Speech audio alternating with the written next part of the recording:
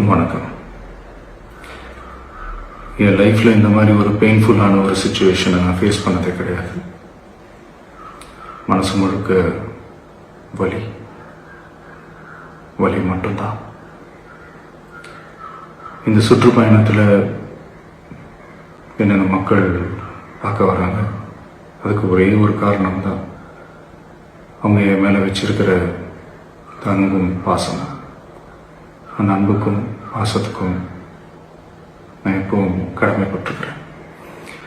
அதனால தான் இந்த சுற்றுப்பயணத்தில் மற்ற எல்லா விஷயங்களையும் தாண்டி மக்களுடைய சேஃப்டி, அதில் எந்த காம்ப்ரமைஸும் பண்ணிடக்கூடாதுன்றதுக்காக தான் அது என் மனசில் ரொம்ப ஆழமாக இருக்கும் அந்த எண்ணம். அதனால தான் இந்த அரசியல் காரணங்கள் எல்லாத்தையும் தவிர்த்துட்டு ஒதுக்கி வச்சுட்டு மக்களுடைய சேஃப்டி மட்டும் மைண்டில் வச்சுக்கிட்டு அதுக்கான இடங்களை சூஸ் பண்ணுறது, அதுக்கான இடங்களை பார்த்து பெர்மிஷன் கேட்கறது, போலீஸ் டிபார்ட்மெண்ட்டில் அதை ரிக்வெஸ்ட் பண்ணி கேட்போம். ஆனால் நடக்கக்கூடாதது நடந்துருச்சு. ஆனால் மனுஷன் தானே, அந்த நேரத்தில் அத்தனை பேர் பாதிக்கப்பட்டு இருக்கும்போது எப்படி அந்த ஊரை விட்டுட்டு என்னால் கிளம்பி வர முடியும்? நான் திரும்ப அங்கே போகணும்னு இருந்துச்சுன்னா அதை ஒரு காரணம் காட்டி அங்கே வேறு சில பதட்டமான சுச்சுவேஷன்ஸ், வேறு சில சம்பாவிதங்கள், அந்த மாதிரி எதுவும் நடந்துடக்கூடாதுன்றதுக்காக தான் நாங்கள் அவாய்ட் பண்ணோம். இந்த நேரத்தில் சொந்தங்களை இழந்து தவிக்கிற அத்தனை குடும்பங்களுக்கும் என்னுடைய ஆழ்ந்த இரங்கலை தெரிவிச்சுக்கிறேன். எனக்கு தெரியும், என்ன சொன்னாலும் இது ஈடையாகாதுன்னு எனக்கு தெரியும். ஹாஸ்பிட்டலில் ட்ரீட் பண்ணிகிட்ருக்கிற எல்லாருமே சீக்கிரமாக க்யூர் ஆகி வரணுன்றதை இந்த நேரத்தில் நான் வேண்டிக்கிறேன். கூடிய சீக்கிரமே உங்கள் எல்லாரையும் நான் சந்திக்கிறேன். இந்த நேரத்தில் எங்களுடைய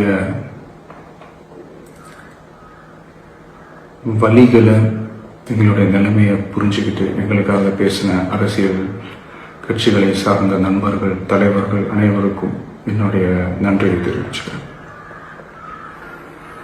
கிட்டத்தட்ட ஒரு 5 மாவட்டத்துக்கு பிரச்சாரத்துக்கு போனோம். இந்த மாதிரி எதுவுமே நடக்கல. ஆனால் கரூரில் மட்டும் ஏன் எப்படி நடக்குது, எப்படி நடக்குது? மக்களுக்கு எல்லா உண்மையும் தெரியும். மக்கள் எல்லாத்தையும் பார்த்துக்கிட்டு இருக்கிறாங்க. கரூரை சேர்ந்த அந்த மக்கள் அந்த உண்மையெல்லாம் வெளியில் சொல்லும்போது எனக்கு கடவுளே நேரில் வந்து இறங்கி அந்த உண்மைகள்லாம் சொல்கிற மாதிரி எனக்கு தோணுச்சு. சீக்கிரமே எல்லா உண்மைகளும் வெளியில் வரும்.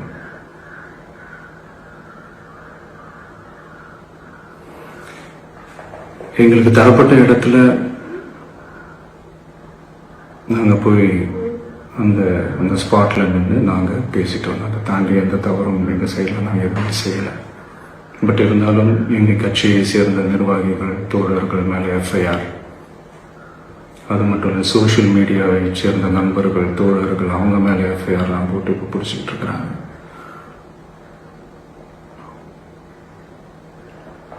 சிஎம் சார், உங்களுக்கு ஏதாவது இந்த பழி வாங்கணும் அப்படின்ற எண்ணம் ஏதாவது இருந்துச்சுன்னா என்ன வேணாலும் பண்ணுங்க. அவங்க மேலே கை வைக்காதீங்க. நான் ஒன்று வீட்டில் இருப்பேன், இல்லை நான் ஆஃபீஸில் இருப்பேன். என்ன வேணாலும் செய்யுங்க. நண்பர்களே, தோழர்களே, நம்மளுடைய அரசியல் பயணம் இன்னும் ஸ்ட்ராங்காக, இன்னும் தைரியத்தோட கண்டினியூ ஆகும்.